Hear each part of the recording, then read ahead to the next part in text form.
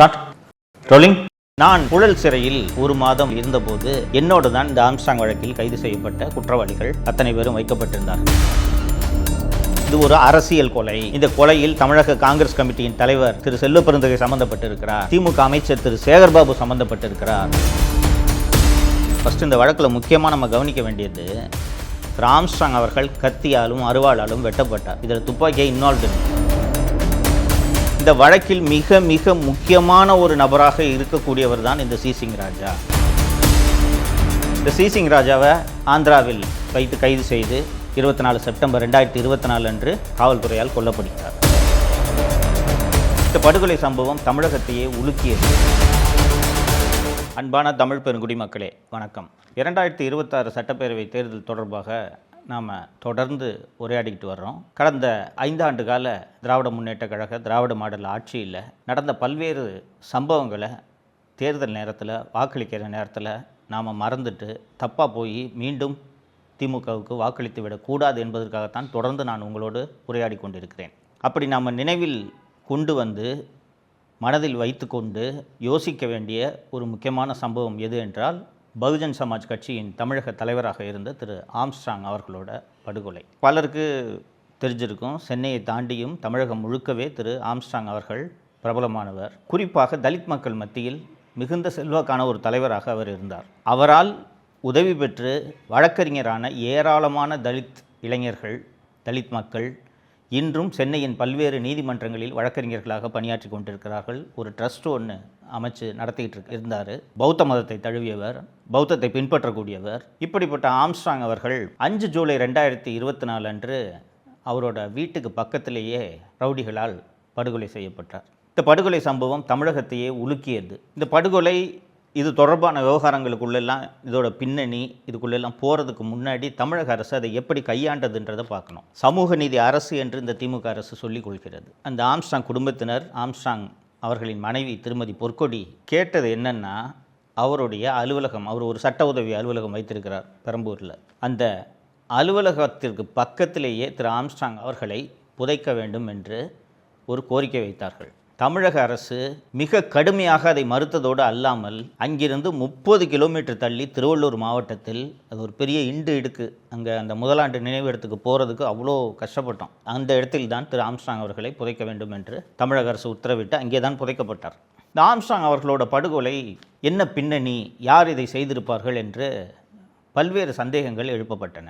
பகுஜன் சமாஜ் கட்சியின் தேசிய தலைவராக இருக்கக்கூடிய செல்வி மாயாவதி அவர்களே தமிழகம் வந்து ஆம்ஸ்ட்ராங் அவர்களின் நினைவேந்தலில் கலந்து கொண்டு இந்த வழக்கை சிபிஐ விசாரணைக்கு உத்தரவிட வேண்டும் என்று ஒரு கோரிக்கையை தமிழக முதல்வரிடம் வைத்துவிட்டு போனார். அது மட்டுமல்லாமல் இயக்குனர் ப. ரஞ்சித் உள்ளிட்ட பல்வேறு நபர்கள், பொதுமக்களும் இந்த கொலையை சிபிஐ விசாரணைக்கு உத்தரவிட வேண்டும், சிபிஐயிடம் ஒப்படைக்க வேண்டும் என்று கோரிக்கை வைத்தனர். தமிழக அரசுக்கோ தமிழக காவல்துறை அதிகாரிகளுக்கோ இந்த வழக்கில் உண்மையை கண்டுபிடிக்க வேண்டும் என்ற எண்ணம் இருந்திருந்தால் பேசாமல் சிபிஐட்டே இதை ஒப்படைச்சிட்டு போயிருந்திருக்கலாம். ஏன்னா பிரச்சனை இல்லை, யார் உண்மையான குற்றவாளிகளோ அவர்களை சிபிஐ கண்டுபிடிக்க போகிறார்கள். ஆனால் நடந்தது, அதற்கு பிறகு நடந்த பல்வேறு சம்பவங்களை நீங்கள் தொடர்ச்சியாக பார்த்தால், இந்த வழக்கில் இருக்கக்கூடிய உண்மை குற்றவாளிகளை தப்பிக்க வைக்க வேண்டும் என்பதற்காகவே இந்த வழக்கின் புலன் விசாரணை நடைபெற்று வருகிறது என்று பல்வேறு சம்பவங்கள் நமக்கு உணர்த்துகின்றன. இந்த படுகொலை சம்பவம் நடந்த உடனே ஒரு சில மணி நேரங்களிலேயே கொஞ்சம் பேர், ஒரு 4-5 பேர் போய்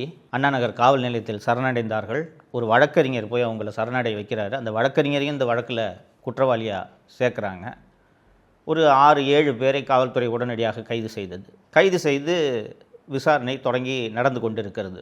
5 ஜூலை 2024 அன்று திரு ஆம்ஸ்ட்ராங் அவர்கள் படுகொலை செய்யப்படுகிறார். 14 ஜூலை 2024 அன்று இந்த வழக்கில் முக்கிய குற்றவாளியாக சேர்க்கப்பட்டிருந்த திருவேங்கடம் என்ற குற்றவாளி, அந்த திருவேங்கடத்தை காவல்துறை மேஜிஸ்ட்ரேட்டு முன்னாடி வாக்குமூலம் கொடுத்து, இவரை நாங்கள் கஸ்டடி எடுத்து விசாரிக்கணும் என்று போலீஸ் கஸ்டடியில் எடுக்கிறாங்க. இது போன்ற கொலை வழக்குகளில் கஸ்டடியில் எடுக்கக்கூடியவர்களை எப்படிப்பட்ட பாதுகாப்போடு அழைத்து செல்வார்கள் என்பது எல்லாருக்குமே நன்றாக தெரியும். பலத்த ஆயுதங்களோடு, AK-47 செல்ஃப் லோடிங் ரைஃபிள் உள்ளிட்ட பலத்த ஆயுதங்களோடு, குறைந்தது ஒரு 20 காவலர்கள் இல்லாமல் கஸ்டடிக்கு எடுத்துகிட்டே போக மாட்டாங்க. புழல் சிறை வாசலுக்கு போய் நீங்கள் பார்த்தீங்கனாலே தெரியும் எவ்வளோ கடுமையான ஆயுதங்களோடு காவல்துறையினர் குற்றவாளிகளை எடுத்து செல்வார்கள் என்று. நான் ஒரு யூடியூப் வழக்கில் கைதானதுக்கே எனக்கு 15 போலீஸார், ஆயுதம் தாங்கிய போலீஸார் தான் என்ன காவலுக்கு எடுத்தாங்க. அப்படி இருக்கும்போது இந்த ஆம்ஸ்ட்ராங் போன்ற முக்கியமான வழக்கில் குற்றவாளியாக இருக்கக்கூடியவரை கஸ்டடியில் எடுக்கும்போது எவ்வளவு பாதுகாப்பு வைத்திருக்க வேண்டும்? அதிகாலை 4 மணிக்கு திருவேங்கடத்தை கஸ்டடி எடுத்து அவர் ஒரு இடத்துல நான் துப்பாக்கியை ஒளிச்சு வச்சுருக்கேன் என்று சொன்னாராம். அந்த துப்பாக்கியை எடுக்கிறதுக்காக காவல்துறையினர் போனாங்களாம். அவர் போய் அந்த மறைத்து வைத்திருந்த துப்பாக்கி எடுத்து இவங்களை பார்த்து சுட்டாராம். ஃபஸ்ட்டு இந்த வழக்கில் முக்கியமாக நம்ம கவனிக்க வேண்டியது, திரு ஆம்ஸ்ட்ராங் அவர்கள் கத்தியாலும் அருவாளாலும் வெட்டப்பட்டார். இதில் துப்பாக்கியை இன்வால்வ்டு இல்லை. ஸோ அந்த திருவேங்கடம் வந்து துப்பாக்கி வச்சுருக்கேன் சார்னு சொன்னாலும் அப்புறமா வேறு யாரையாவது ஆள் அனுப்பிச்சு போய் துப்பாக்கி எடுத்துருக்கலாம். இல்லை திருவேங்கடத்தையே எடுத்து எதற்கு கொண்டு போய் விடியற் காலை 4 மணிக்கு யாருமே இல்லாத புழல் பகுதியில் கொண்டு போய் அவரை அந்த துப்பாக்கி எடுத்து கொடுக்க சொன்னாங்களாம். அவர் எடுத்து துப்பாக்கியை எடுத்து காவல்துறை அதிகாரிகளை பார்த்து சுட்டாராம். பதிலுக்கு இவங்க திருப்பி சுட்டதில் திருவேங்கடம் இறந்து விட்டார் என்ற ஒரு கதையை சொன்னார்கள். இது ஃபஸ்ட்டு முக்கியமான குற்றவாளி திருவேங்கடம் இதில் கொல்லப்படுகிறார் என்கவுண்டரால். 24 செப்டம்பர் 2024 அன்று இன்னொரு என்கவுண்டர் நடக்கிறது. இந்த இன்னொரு என்கவுண்டரு இந்த வழக்குக்கும் இதற்கும் சம்மதம் இல்லை என்று தான் வெளிப்பார்வைக்கு தோன்றும். அந்த 24 செப்டம்பர் 2024 அன்று என்கவுண்டர் செய்யப்பட்ட நபருடைய பெயர், அவர் ஹிஸ்ட்ரி ஷீட்டரு, ரவுடி. அவரோட பேர் வந்து சிசிங் ராஜா.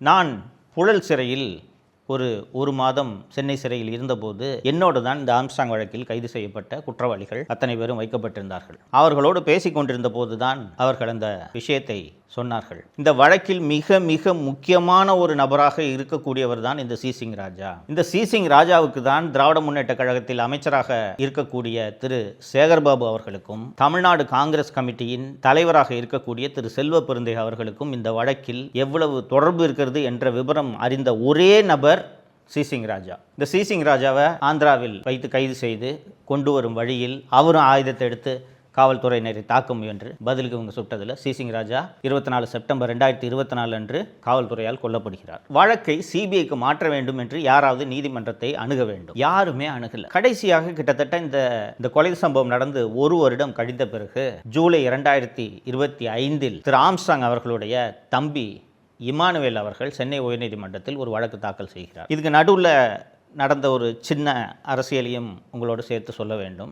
திரு ஆம்ஸ்ட்ராங் அவர்கள் இறந்த பிறகு தமிழ்நாடு பகுஜன் சமாஜ் கட்சிக்கு யாரை தலைவராக போடுவது என்று விவாதங்கள் எல்லாம் நடக்கும்போது கட்சியின் தேசிய தலைமை ஆம்ஸ்ட்ராங் அவர்களோட மனைவி திருமதி பொற்கொடியவே நீங்களே இந்த பதவிக்கு வாங்க, மாநில தலைமை பதவியை ஏற்றுக்குங்க, நீங்கள் இருந்தீங்கன்னா கட்சி நன்றாக நடக்கும் என்று சொன்னபோது எனக்கு சிறிய வயதில் குழந்தை இருக்கிறது, நான் அதை பார்த்துக்கணும், என்னால் இந்த வேலையை செய்ய முடியாது என்று அவர் சொன்னபோது அந்த கட்சியிலேயே இருந்த ஆனந்தன் என்ற வழக்கறிஞர் நான் இந்த தலைமை பொறுப்பை ஏற்றுக்கிறேன் அப்படின்ட்டு திருமதி பொற்கொடி அவர்கள்கிட்ட சொல்கிறாரு. எனக்கு இந்த தலைமை பதவியை கொடுங்க அப்படின்ட்டு பொற்கொடி அவர்கள்கிட்ட ஆனந்தன் மீண்டும் மீண்டும் ஏன் வலியுறுத்துகிறார் என்றால், நான் அண்ணன் வழக்கை சிபிஐக்கு மாற்றுறதுக்கான வழக்கு தொடரும் வேலைகளை நான் பார்க்கிறேன் என்ற வாக்குறுதியின் அடிப்படையில் தான் அவருக்கு தலைமை பதவி கொடுக்கப்படுகிறது. ஆனால் இந்த ஆனந்தன் கடைசி வரைக்கும் வழக்கு பதிவு செய்யவே இல்லை. ஜூலை 2025 தான் ஆனந்தன் முதல் முறையாக சென்னை உயர்நீதிமன்றத்தில் வழக்கு பதிவு செய்கிறார். வழக்கு ஒரு நீதிமன்றத்தில் வழக்கை சிபிஐக்கு மாற்ற வேண்டும் என்றால் எவ்வளவு தயாரிப்பு வேலைகளை செய்ய வேண்டும் என்பது நம்ம எல்லாருக்கும் தெரியும். ஆனால் இந்த வழக்கில் உரிய முறையில் தயாரிப்பு வேலைகள்லாம் எதுவுமே செய்யாமல் அவசர கோலத்தில் ChatGPTயில் ரெடி பண்ணி ஒரு பெட்டிஷனை தப்பும் தவறுமாக ஒரு மனு சென்னை உயர்நீதிமன்றத்தில் தாக்கல் செய்யப்படுகிறது. சென்னை உயர்நீதிமன்றம் அந்த வழக்கை விசாரித்து விட்டு இந்த மனுவில் இருக்கக்கூடிய குறைபாடுகள் எல்லாம் பார்த்துட்டு, நீங்கள் இந்த வழக்கு தொடர்பான கோப்புகளை கொண்டு வாருங்கள், இதற்குள் இந்த வழக்கில் குற்றப்பத்திரிகையை அவசரமாக சென்னை காவல்துறை தாக்கல் செய்து விடுகிறது, இவர்கள் தான் குற்றவாளிகள், வேறு ஒரு கொலைக்கு பழி வாங்கிறதுக்கு தான் ஆம்ஸ்ட்ராங் இந்த கொலை நடந்திருக்கிறதுன்ட்டு அவசரமாக இவர்கள் நினைத்தவர்களை குற்றவாளிகளாக்கி அவர்கள் அத்தனை பேர் மீதும் குண்டர் சட்டத்தை பாய்ச்சி சிறையில் அடைத்து விடுகின்றனர். இது முடிஞ்ச பிறகு சென்னை உயர்நீதிமன்றம் காவல்துறைகிட்டேருந்து இந்த வழக்கு கோப்புகளை எல்லாம் கொண்டு வாங்கன்ட்டு வாங்கி ஒன்று ஆராயும் போது அடிப்படையான விசாரணையை கூட இவர்கள் சரியாக செய்யவில்லை என்பதை சென்னை உயர்நீதிமன்றம் புரிந்து கொள்கிறது. சென்னை உயர்நீதிமன்றம் சென்னை மாநகர காவல்துறையின் அனைத்து கோப்புகளையும் ஆராய்ந்து பார்த்துவிட்டு 24 செப்டம்பர் 2025 அன்று சென்னை உயர்நீதிமன்றம் இந்த வழக்கை சிபிஐக்கு மாற்றி உத்தரவிடுகிறது. இப்போ ஒரு உயர்நீதிமன்றம் ஒரு வழக்கை சிபிஐக்கு மாற்றி உத்தரவிட்டால் காவல்துறை செய்ய வேண்டியது என்ன? கோப்புகளை சிபிஐயிடம் ஒப்படைக்க வேண்டும். அந்த மாற்றும் போது சென்னை உயர்நீதிமன்றம் கூடுதலாக ஒரு உத்தரவை பிறப்பித்தது. அது என்னவென்றால், ஏற்கனவே காவல்துறை விசாரணை முடித்து குற்றப்பத்திரிகை தாக்கல் செய்திருந்தார்கள் என்று சொன்னேன் அல்லவா, அந்த குற்றப்பத்திரிகையை ரத்தும் செய்து சென்னை உயர்நீதிமன்றம் உத்தரவிட்டது. ஸோ உடனடியாக காவல்துறை என்ன பண்ணணும்னா, அந்த வழக்கு கோப்புகளை சிபிஐட்ட ஹேண்ட் ஓவர் பண்ணி அவர்கள் தங்களது விசாரணையை தொடர்வதற்கு உதவி செய்ய வேண்டும். இதுதான் ஹைகோர்ட் உத்தரவு போட்டுச்சுன்னா உடனே அதை செய்கிறது தான் ஒரு காவல்துறையோட கடமை, அரசு துறையோட கடமை. மாறாக ஒரு கோப்பை கூட சென்னை காவல்துறை சிபிஐயிடம் ஒப்படைக்கவில்லை. சென்னை உயர்நீதிமன்றம் உத்தரவு பிறப்பித்திருக்கிறது.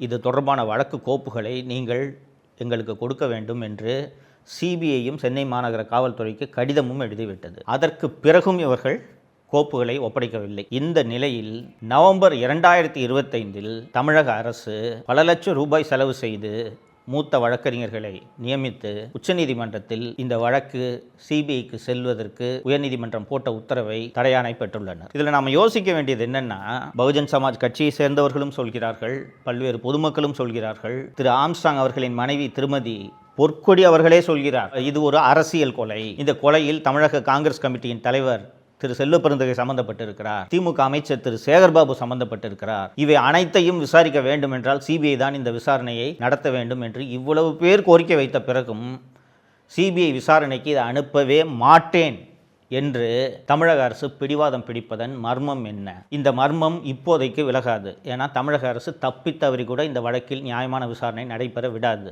ஏன்னா கஸ்டடியில் இருக்கும்போது தூக்கிட்டு போய் இத்தனை பேர் என்கவுண்டர் பண்ணுறாங்கன்னாலே உங்களுக்கு இதோட நோக்கம் என்னன்றது தெரியும். இந்த ஆம்ஸ்ட்ராங் கொலை வழக்கில் சம்பந்தப்பட்டவர்கள் தண்டிக்கப்பட வேண்டும் என்றால் ஆட்சி மாற்றம் ஒன்றுதான் அதற்கு வழிவகுக்கும். தமிழகத்தில் திரு ஆம்ஸ்ட்ராங் அவர்களை நேசிக்கக்கூடிய அத்தனை பேரும் ஆம்ஸ்ட்ராங் அவர்களின் கொலை வழக்கை மூடி மறைப்பதற்கு திமுக அரசு என்னென்னவெல்லாம் செய்தது என்பதை வாக்குச்சாவடிக்கு நீங்கள் செல்லும் போது நினைவில் வைத்துக்கொண்டு வாக்களியுங்கள். திரு எடப்பாடி பழனிசாமி அவர்கள் பல்வேறு பிரச்சார கூட்டங்களில் பேசும்போது இந்த ஆம்ஸ்ட்ராங் கொலை வழக்கில் சம்பந்தப்பட்டவர்கள் அத்தனை பேரும் கைது செய்யப்படுவார்கள், உண்மை வெளியே வரும், நியாயமான விசாரணை நடக்கும் என்பதை பல்வேறு கூட்டங்களில் வாக்குறுதியாகவே அளித்துள்ளார் என்பதை நீங்கள் நினைவுபடுத்தி பார்க்க வேண்டும்.